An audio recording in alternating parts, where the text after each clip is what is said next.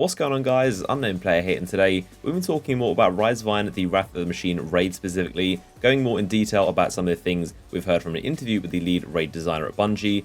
We got a bit of an insight into the decisions while developing this new Wrath of the Machine raid, some of the things to expect. So a ton of really interesting things that I'm going to be summing up in this video. We're going to go over some of the possible rewards, the difficulty of this raid compared to others, the likelihood of an exotic raid weapon like Touch of Malice, Bungie's thoughts on matchmaking and raids, and a bunch more. So the first thing I want to talk about before we get into the interview is about the raid weapons. So a lot of people have been thinking recently that these are actually the raid guns. At first, I definitely did not think these would be from the raid at all. I thought they were just from the gunsmith or some other kind of Siva infused activity. But it does actually make a lot of sense because these have been shown off in the recent trailer, which shows off full sets of gear. We've got a full set of Trials gear with also Trials weapons, Iron Banner armor with Iron Banner weapons, and also raid armor with these weapons in their hands. So it kind of looks like they might be the actual raid weapons.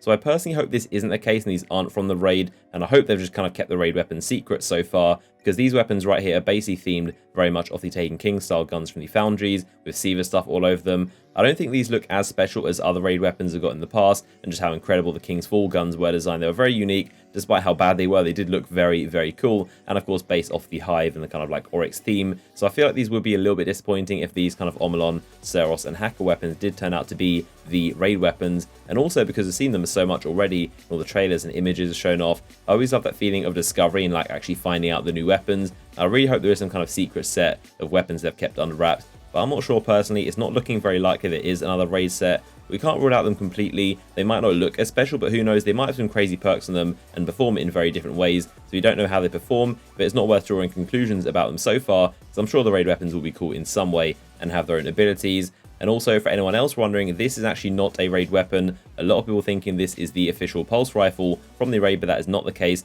This has been confirmed by Bungie to be an exotic weapon. It does look like it could be related to the raid with the kind of Siva design on it. This is not a raid weapon, this is a separate exotic, but so far it's looking like those Siva infused foundry weapons could be from the raid. So now we're going to pick out my highlights from Game Informer's interview with Gary Irby, who is the lead raid designer at Bungie. So he was asked, how difficult is this Wrath of the Machine raid, the new one coming in Rise of Iron, compared to the existing ones we have so far?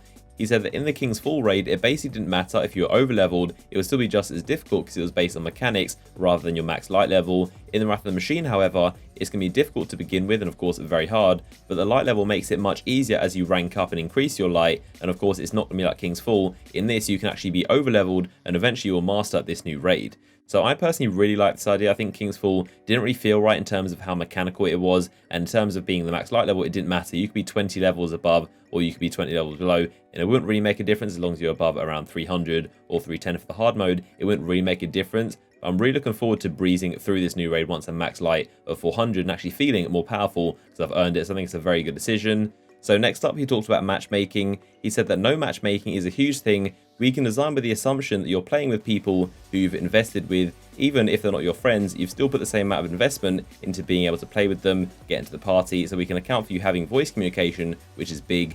In a strike, we have to assume that you're probably not talking to each other, so it can't be very difficult. But with the raid, you'll be speaking to each other, and there's a group of people in a crisis, and you have to solve your way out of it. So we've known for quite a long time that Bungie and the raid designers mostly are against putting matchmaking in the raids. It's always been a very widely debated topic about whether raids should have matchmaking or not. I feel like what he's saying here is that basically, if they did have matchmaking, they'd have to water it down and basically make it tailored towards people who aren't going to talk to each other and communicate. So the raid would have to be significantly easier, and that waters it down for people who are in a group and are going to communicate with each other, and that means they can make the raid a lot harder and a lot more satisfying. So it's a pretty interesting insight into why there is no raid matchmaking, and probably why there never will be.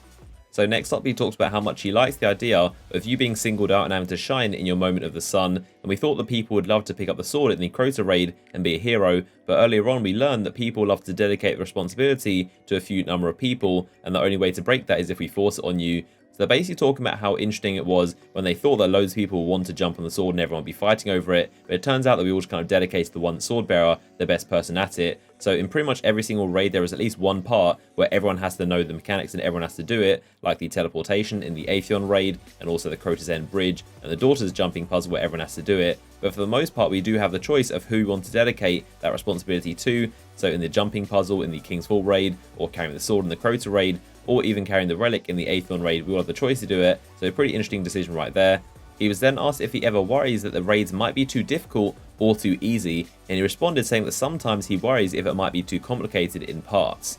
So the next bit was pretty funny. He asked if there was any times when the community have found solutions to encounters they didn't expect, and he basically mentioned knocking a guy off the cliff with a grenade. He's referring to knocking Atheon off in the Vault of Glass raid. You could literally throw grenades and knock him off the edge. It's pretty funny, and one of the first big cheeses in Destiny, and also the Templar. And he mentioned how in the King's Fall there was nothing like that. It all went to plan. It was basically perfect, like clockwork. Of course, there were bugs and some things they changed about it, but in terms of massive, like, game-breaking cheeses, there was nothing existing like that. So he then asked about the touch of malice and the mindset behind it, and he said that he thought it was really meaningful and it felt like it was worth the effort. It was radically overpowered in the raid, but it didn't destroy PvP or the rest of the game, and he considers it a win. So following from that, Game Informer then asked if they're going to avoid having something like the Malice in this new raid, and he said that no, I don't think so. I think it's much better than going through the effort of getting a mediocre exotic that doesn't feel that exciting. So it sounds to me like they really loved the idea of what they did with the Malice, so they're going to have something similar like the exotic in this new Wrath of the Machine raid, where you probably get it from this raid only, and it works really, really well only in there, but of course it isn't really overpowered in other aspects of the game. So I definitely expect something like the Touch of Malice in this new raid. So then he was asked about some of the goals they wanted to evoke in players in Wrath of the Machine. He said that King's Fall was like a raid college, but now they want to make something that's purely about fun. Control is in your hands, you play with the strengths of the Destiny sandbox, so sort of leaning the pendulum in the other direction. To me it sounds like there's going to be a lot less mechanics and you have a lot more control over the encounters. So the final thing he mentioned was to do with the rewards. He said they are going to be the same as they pretty much are now in the King's Fall. They said that there's going to be a lot more drops that are incremental with changes to your light level, as opposed to year 1 where you rarely got loot, but each time you did it would make a massive difference to your level and make a big change. So expect the loot drops to be very similar to King's Fall, but I'd say probably a little bit closer to the April update system as opposed to the really stingy loot rewards we got when it first launched. So there we have it. That is a bunch of info about the new Rise of Iron raids and the design decisions. If you enjoyed the video, then a like rating would be awesome, and I massively appreciate all your support on my videos. Of course, make sure you are subscribed to the channel to understand my future Rise of Iron content. Got a lot of recorded footage that I'm going to be sharing with you guys, so stay tuned for that, and I'll see you guys in the next video.